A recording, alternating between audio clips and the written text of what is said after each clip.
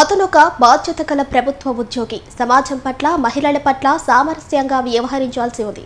కానీ సభ్య సమాజం తలదించుకునేలా ఓ నిండు గర్భిణిపై మద్యం సేవించి దుర్భాషలాడుతూ అమానుష్యంగా దాడి చేసిన ఘటన కోవూరు మండలం పాటూరు గ్రామంలో చోటు చేసుకుంది. దీనికి సంబంధించిన వివరాలు ఇలా ఉన్నాయి.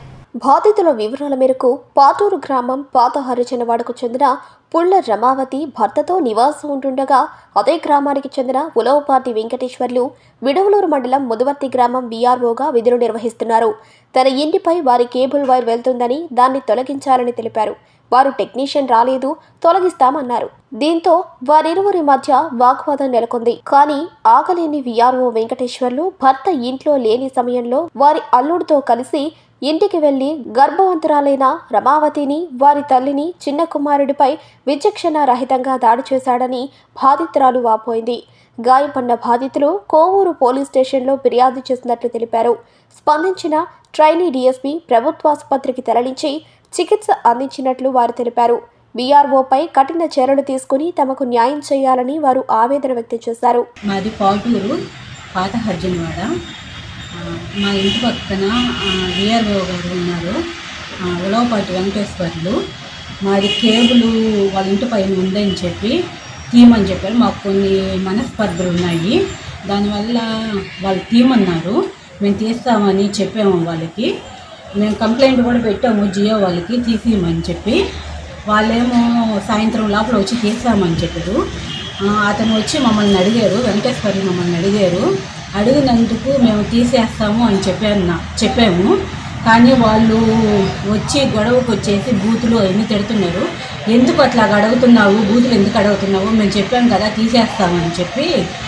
మీరు ఎందుకు అడుగుతున్నారని చెప్తే నన్ను కొట్టేదనుకుంటారు.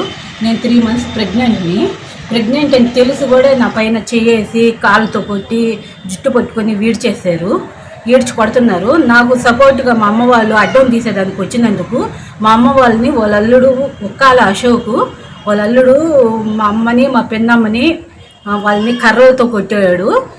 రక్తం దోసేసి గొంతు పట్టుకున్నారు. నా కొడుకు 2.5 years, నా కొడుకు పైకి మా అమ్మని దోసేశారు. ఇద్దరు కింద పడిపోయారు. కింద పడిపోతే కూడా ఆగకుండా నా కొడుకుని గొంతు పట్టుకుంటున్నాడు. అందుకని మా అమ్మ తీసుకొని పరిగెత్తింది. అప్పుడు మేము దెబ్బలకు తట్టుకోలేక పోలీస్ కేసు పెట్టేదానికి వచ్చాము. రిపోర్ట్ అన్నీ ఇచ్చాము. రిపోర్ట్ ఇచ్చేసిన తర్వాత డిఎస్పీ మేడంకి చెప్పాము. డిఎస్పీ మేడం ఉండేసి ముందు ప్రెగ్నెంట్ కదమ్మా, నువ్వు ముందు హాస్పిటల్కి పోయేసి నొప్పులు అవి ఉన్నాయి అంటున్నావు కదా, నొప్పులు అవన్నీ ఉన్నాయి కాబట్టి హాస్పిటల్కి వెళ్ళేసి చూపించుకోమని చెప్పి అన్నారు. అందుకని గవర్నమెంట్ హాస్పిటల్కి వచ్చాము. మేడం గారికి అంతా ఇన్ఫామ్ చేసాము. చేసిన తర్వాత ఆమె చూసి ఇంజెక్షన్ వేసింది. ఈరోజు ఈవినింగ్ లోపల స్కాన్ చేస్తామన్నారు. కానీ టైం అయిపోయింది అని చెప్పేసి రేపు సోమవారం రోజు స్కాన్ చేస్తామన్నారు. స్కాన్ చేసి ఏమన్నా ప్రాబ్లం అయితే ఆమె చెప్తాననింది. వీఆర్ఓ గారిని, అదే వెంకటేశ్వర్లని, ఉలవపాటి వెంకటేశ్వర్లని కఠినంగా శిక్షించాలని కోరుకుంటున్నాము.